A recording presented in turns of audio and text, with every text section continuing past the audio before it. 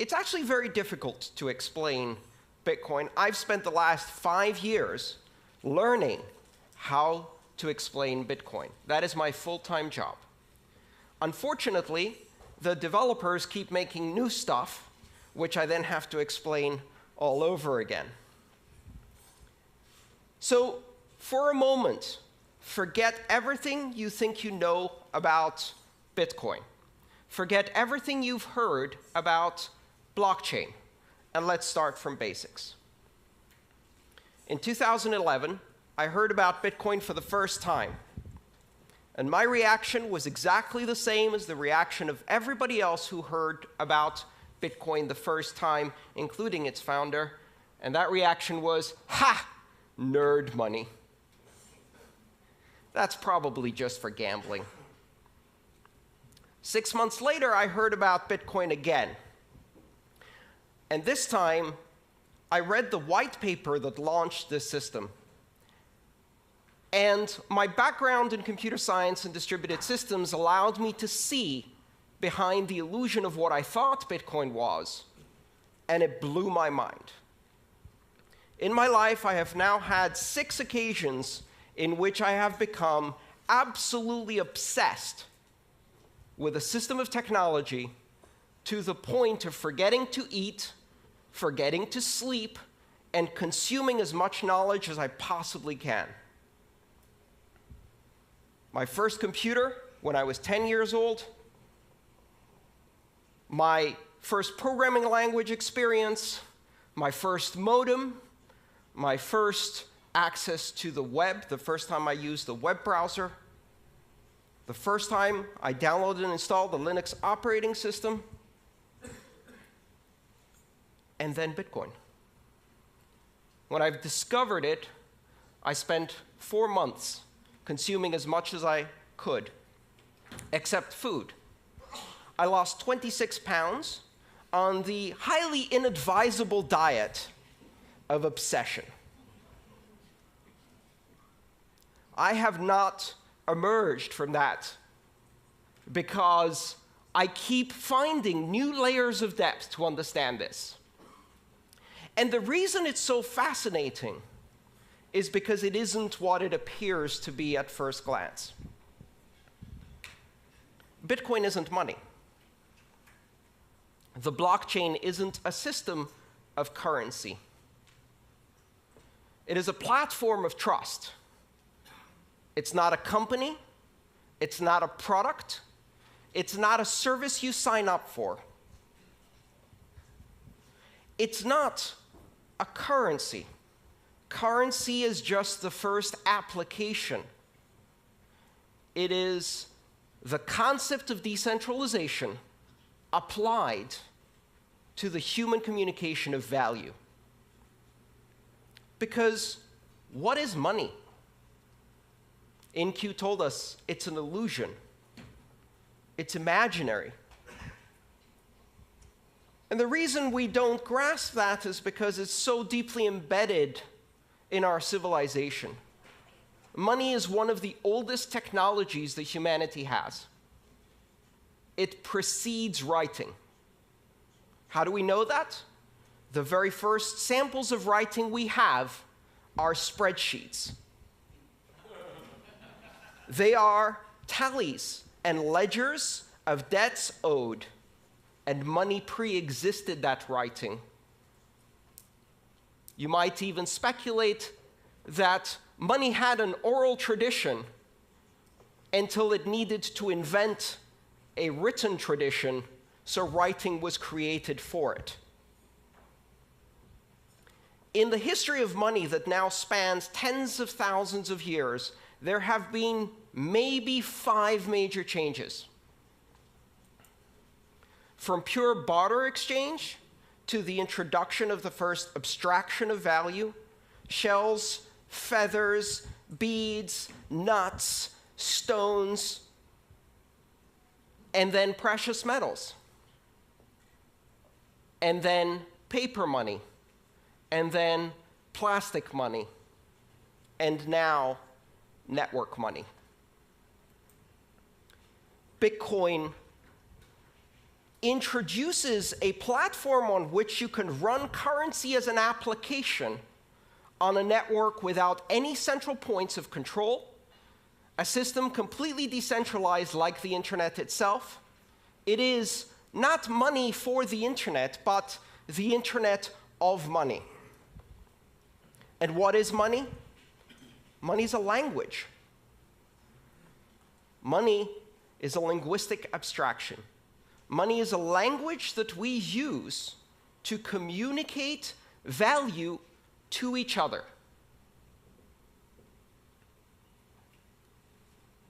Money simply allows us to express value, and that value may have economic consequences, but it also has other consequences. We use money to express and create social bonds and relationships and associations and to create organization. Bitcoin is the first system of money that is not controlled by any entity, that is completely decentralized. And what that does is it introduces the very same things that the internet brought to communication. If money is speech, if money is a language, and you disconnect it from all other media, and you make it pure speech, pure content, an internet content type, a protocol designation, money over IP,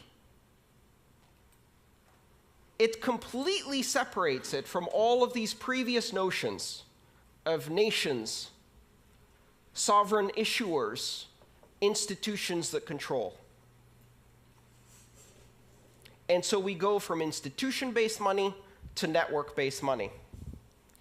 And of course, everyone will welcome this with open arms. Not a chance. What do you think they said the first time someone was presented with a gold depository certificate instead of a gold coin?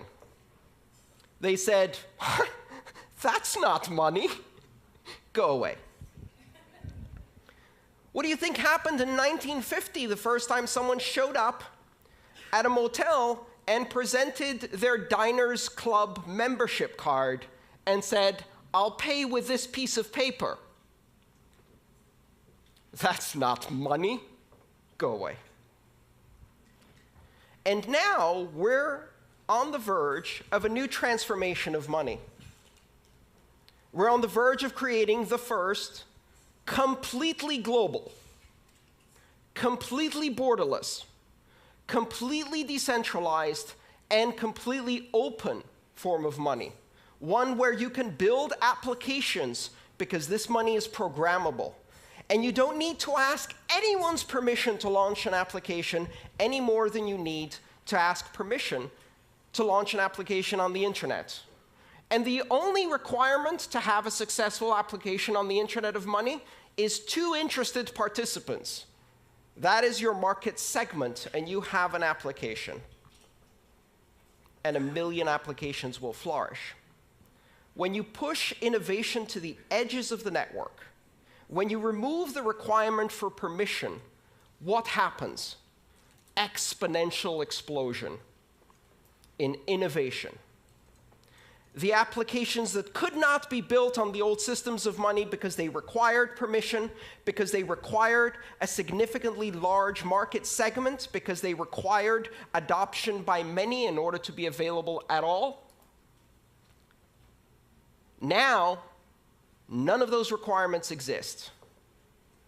Anyone in the world can download an application or use even a feature phone with text messaging and immediately acquire the same powers that institutions of banking have today. And when I say anyone, that's only scratching the surface.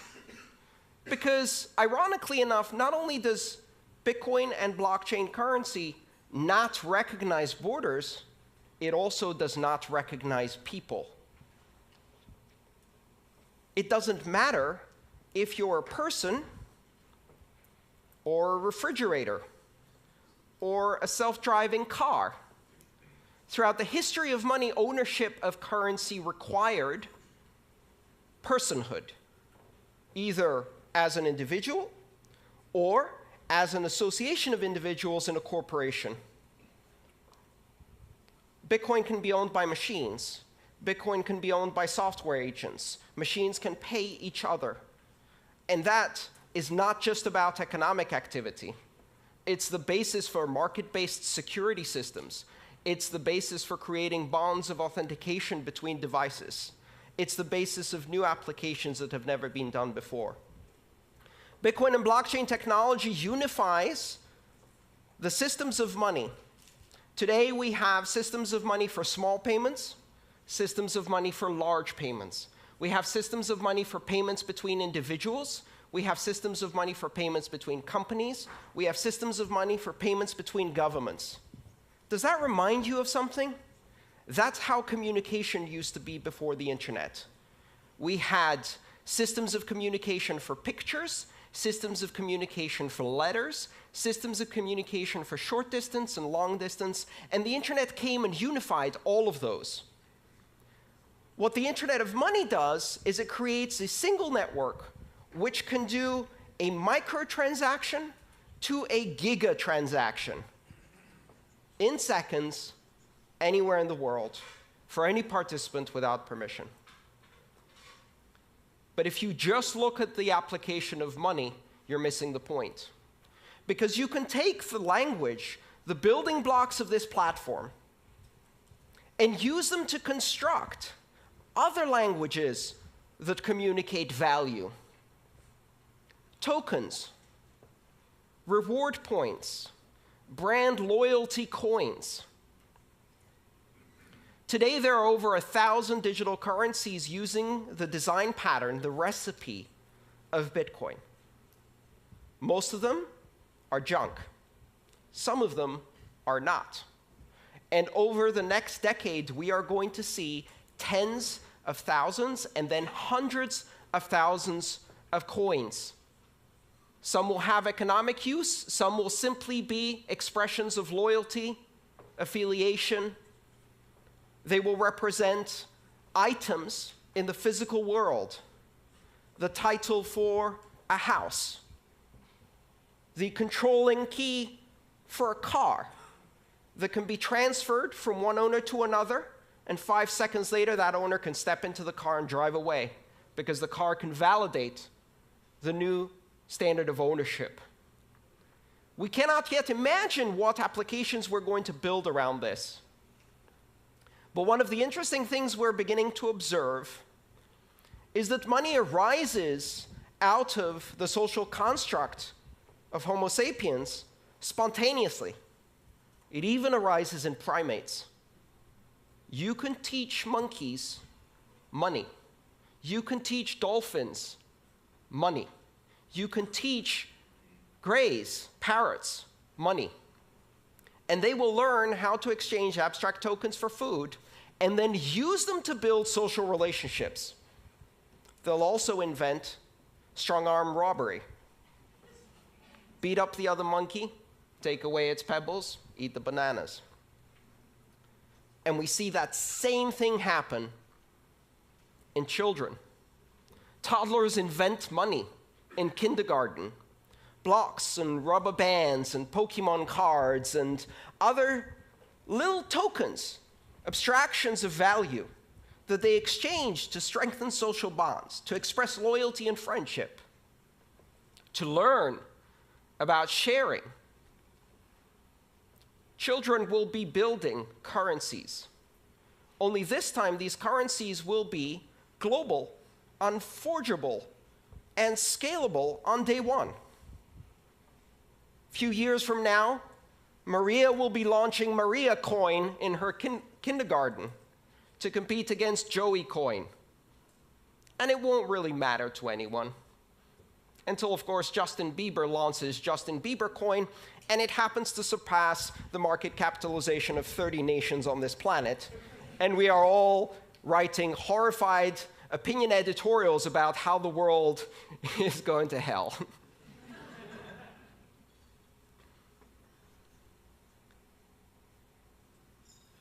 What's happening with this technology is astonishingly deep. And for certainly some of the companies in this room, it's a bit scary. Banking has never been the most innovative sector in the world because there is a very careful balance between innovation and the conservative fiduciary duty that exists in banking, that must exist when you control other people's money. And yet with Bitcoin, you don't control other people's money. In Bitcoin, I control my money. I have complete and total authority over my Bitcoin. It cannot be seized, it cannot be frozen, it cannot be censored, my transactions cannot be intercepted, and they cannot be stopped.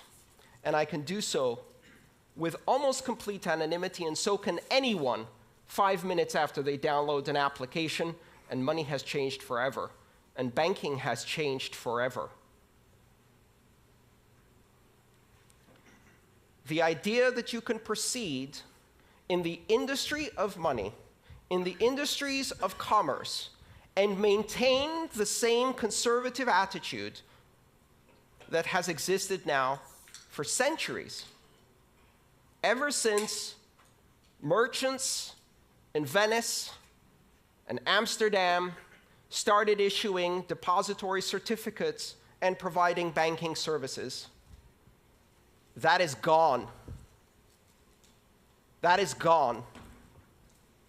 You cannot operate closed systems that have borders and require permission to join at a rate of innovation that is controlled by the most conservative tendencies within your organization, because now you are competing with a technology that enables exponential growth, exponential innovation at the edges without permission by anyone in the world.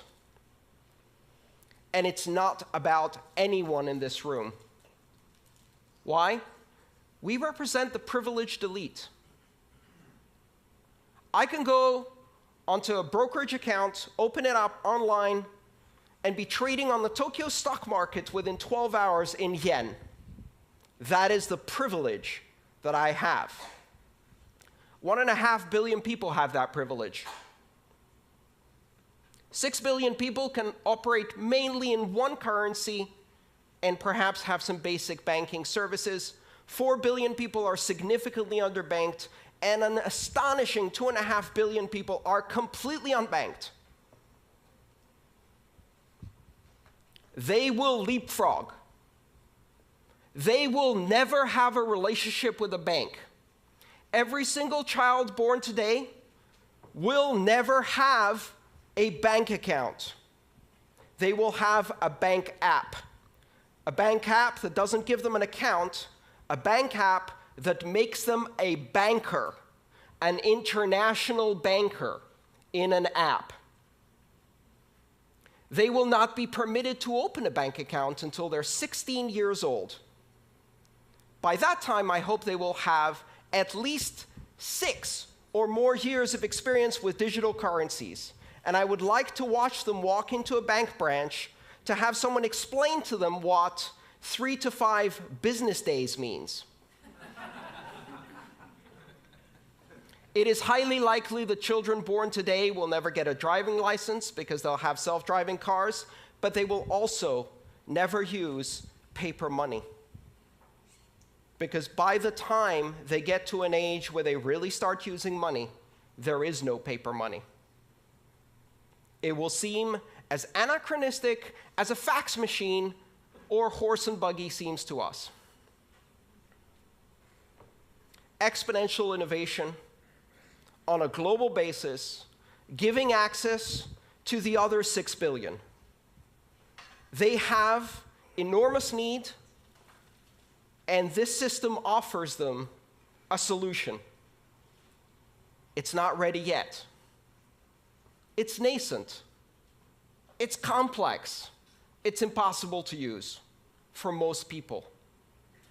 In 1989, I sent my first email. In order to do so, I had to compile a version of the Unix mail program using a C compiler and Unix command line skills. I had to set it up on the command line, type out my email, and that email was transmitted across the great internet in an astonishing 3 days. Exactly 20 years later, my mother replicated that experience with a swipe. Bitcoin today and all of the currencies that are built on that recipe are just at the same level that the internet was in 1991. Only now we have the internet. And so the rate of exponential growth has already started. The innovation is growing at an astonishing rate. I spend every single day full-time trying to keep up with Bitcoin. Just one currency, and it's almost impossible. Do not underestimate this. Do not listen to the people who tell you that Bitcoin is just for pornographers, terrorists, drug dealers, and gamblers. Remember that they said the exact same thing about the internet. And when you give it to 2 or 3 billion people, they're not interested in those things. They're interested in sharing cat videos. And now we have an internet of 1 billion cat videos. When you take digital currency mainstream and give it to the 4 billion people who have been isolated from international finance and commerce, and you give them the opportunity to control their money against despotic governments and corrupt banks that are stealing from them, you give them the opportunity to control their future. You give them the opportunity to transact with everyone in the world, to own title on their own property in a fully transferable digital token that is recognized everywhere. Control over finance that cannot be seized, frozen, or censored. They will buy food, healthcare, sanitation, education, shelter, because that's what we do. And they will not be denied this technology. Do not underestimate where this is going. The Internet of Money was launched on January 3rd, 2009. It's coming. It's coming faster than you can imagine. It's deeper than you can fathom. It's more sophisticated than you can immediately understand. It takes years of study just to see all of the implications. And it is a gift to the entire world, a technology that represents the 6th greatest innovation in the technology of money, the most ancient technology of our civilization. Thank you.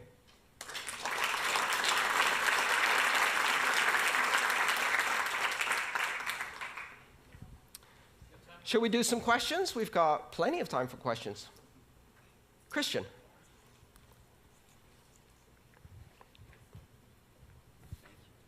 What determines the buying power of the currency? How does it stabilize and what's required to stabilize it? So if I would buy some Bitcoins, who can manipulate the value of that? Everyone. The buying power of Bitcoin is determined in exactly the same way that the buying power of the euro, the British sterling, the Japanese yen, or the US dollar is determined through market forces of supply and demand in international liquid markets that operate around the clock. One of the fundamental differences is that Bitcoin trading never ceases. Has been going continuously for 7 years. The network never stops. Every 10 minutes, Bitcoin's heart beats, and transactions are processed. The exchanges never close. There is no closing price for Bitcoin. It is a rolling average. And in that trading, a market capitalization of approximately $12 billion is now traded internationally. What is $12 billion for a global currency? It's a guppy. swimming in shark-infested waters. And every trader, every whale goes in there and just kicks that price around. So right now, the experience of living on Bitcoin, which I have been doing full-time for more than 3 years, is a roller coaster. It's an absolute roller coaster. I've seen shifts of 20 or 30% in a day. And yet, if you look at the long-term trend, volume goes up, transactions go up, and volatility keeps dropping. And the beauty of it is, I can't sell that to an American. I can't sell that to a Brit. I don't need to sell it to an Argentinian. I don't need to sell it to a Brazilian. I don't need to sell it to a Venezuelan. I went to a conference and an Argentinian told me, I'm not worried about volatility. Our currency has volatility like this. Bitcoin has volatility like this. I'd rather be going in that direction. And you don't need to tell them why. Their government threw people out of airplanes not more than 35 years ago for disagreeing. They already know why the separation of state and money is a good idea. And so volatility is relative.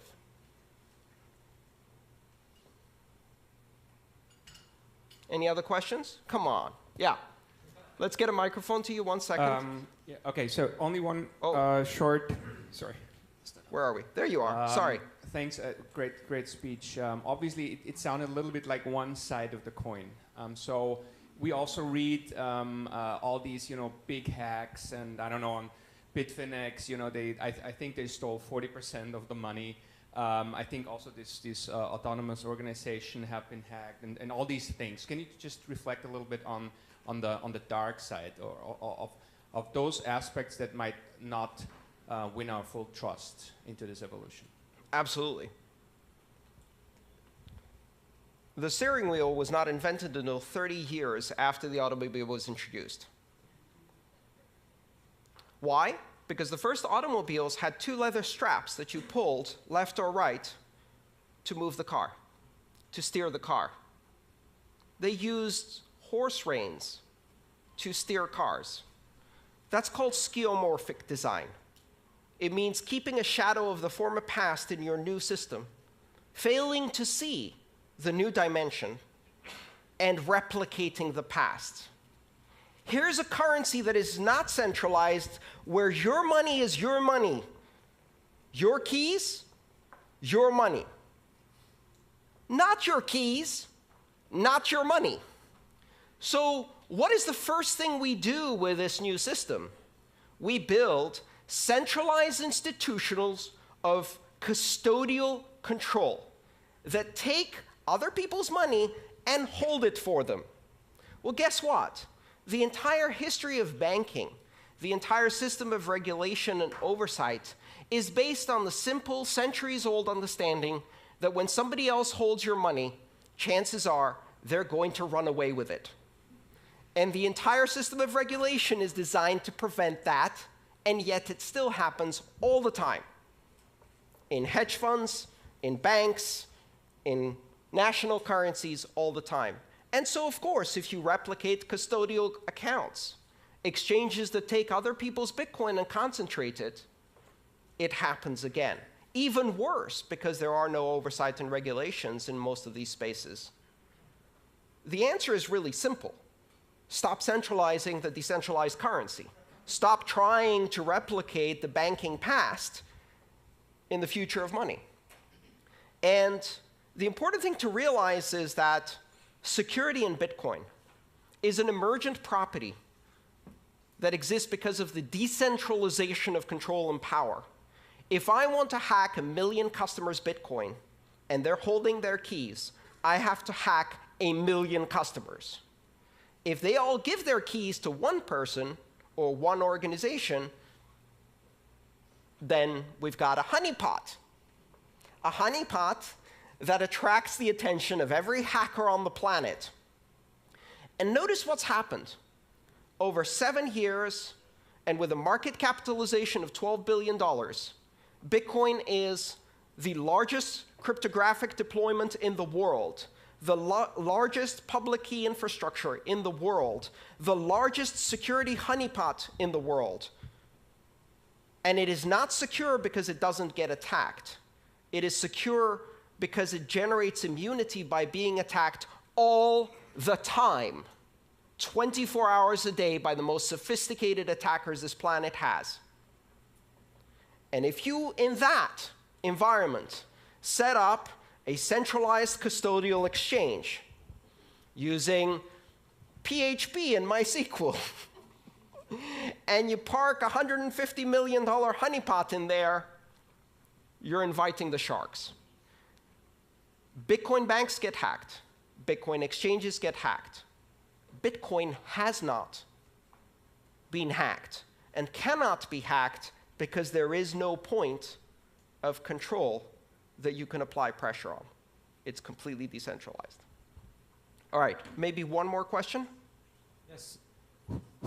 Where does supply of Bitcoin come from? And how are you sure the market doesn't get oversupplied?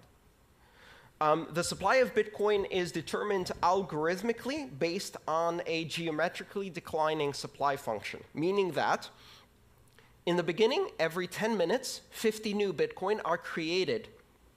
So every block, the heartbeat, 10 minutes, created 50 new Bitcoin. This Bitcoin is used as a reward in a game theory-based security model that ensures that every transaction is independently validated by completely anonymous actors who have to stake electricity as a guarantee of the security work they've done. And if they succeed in doing the security work of validating transactions correctly, they earn as a reward, based on a probabilistic return, that reward, 50 Bitcoin every 10 minutes. That's how currency is introduced into the economy. Every 4 years, it gets cut in half. 50 to 25 in November of 2012. And this year in July, this past July, we had our second halving event, which was celebrated with birthday parties all over the world. And Bitcoin's reward went from 25 to 12.5 Bitcoin. As a system, it's designed to have a monetary policy that is purposely deflationary and simulates the issuance of precious metals. It gets harder and harder and harder to mine gold at greater and greater and greater cost. And Bitcoin is the same.